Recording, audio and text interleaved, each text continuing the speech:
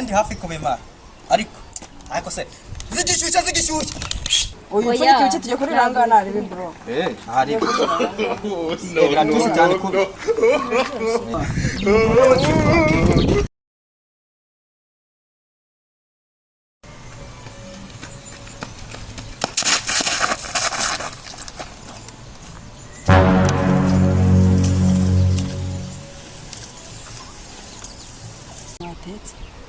Ntabwo twatetse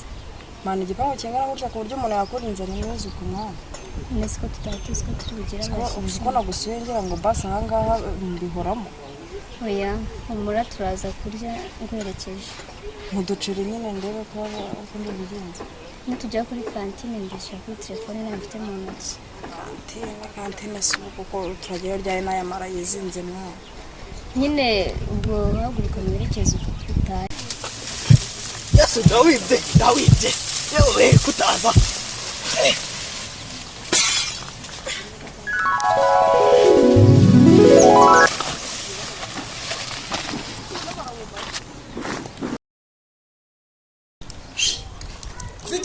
zigishyushya ikirani maganane ariko rero yendi hafi kubimara ariko se zigishyushya kirani maganane yonyine no Kawambonye ndawurya ewana ndebye cyumbati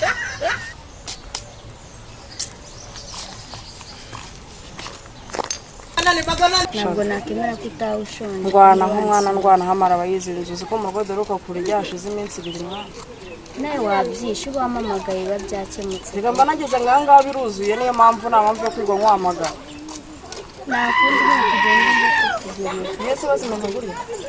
twariye nuko wasanze twabimaze ariko twariye muri make we ntabwo ushonje ntabwo nshonje pe ngatugiye no ndwane nari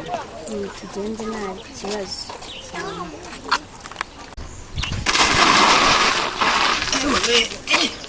ubu ni cyari kimfashe ko ankurikira baba we ega kagongo akubu nicyaje ako ntacyo ngende ndawurya nene God have mercy upon us. Ibyishimo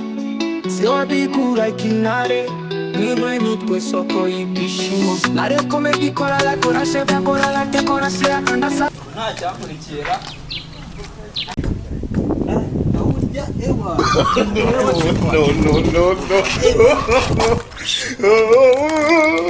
muri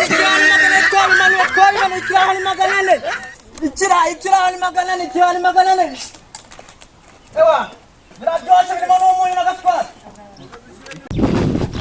uzi ko umunyakirugu nanjye maganane ni maganane sister mushaka kugura se kirani maganane oya biretse gato nyine banze ntabwo mbapfunyikira se uyu mfuni kibice tujye kuri rangana hari birabyinshi cyane kubi biraryoshye nawe urabizi oya birimo nta kibazo God have mercy upon us.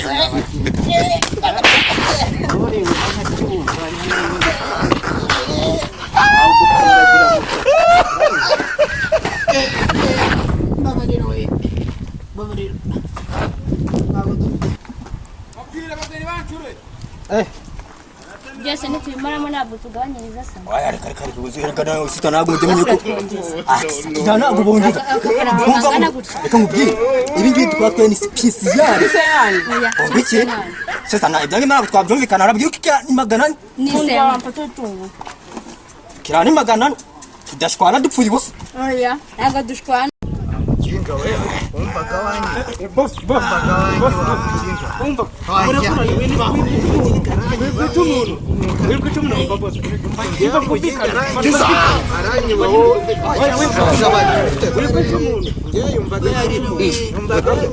God have mercy.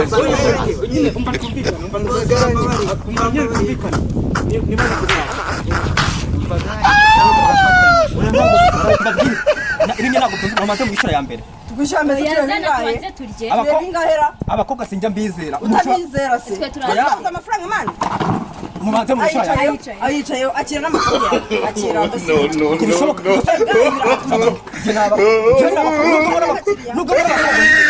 genda bafite ariko babanze mu giciro ya mbere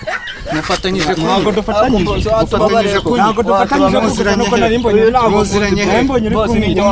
nibuka niba ari n'igisambo niba ari n'igisambo yenda ubwo biragaragara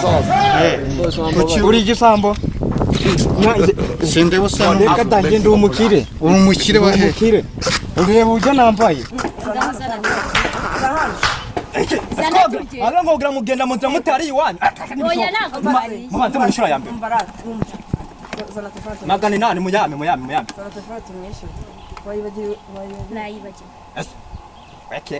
iyi ngiyi si yamiteka mitwe y'abanyakigali oya nayo mfite none muranyishyura gute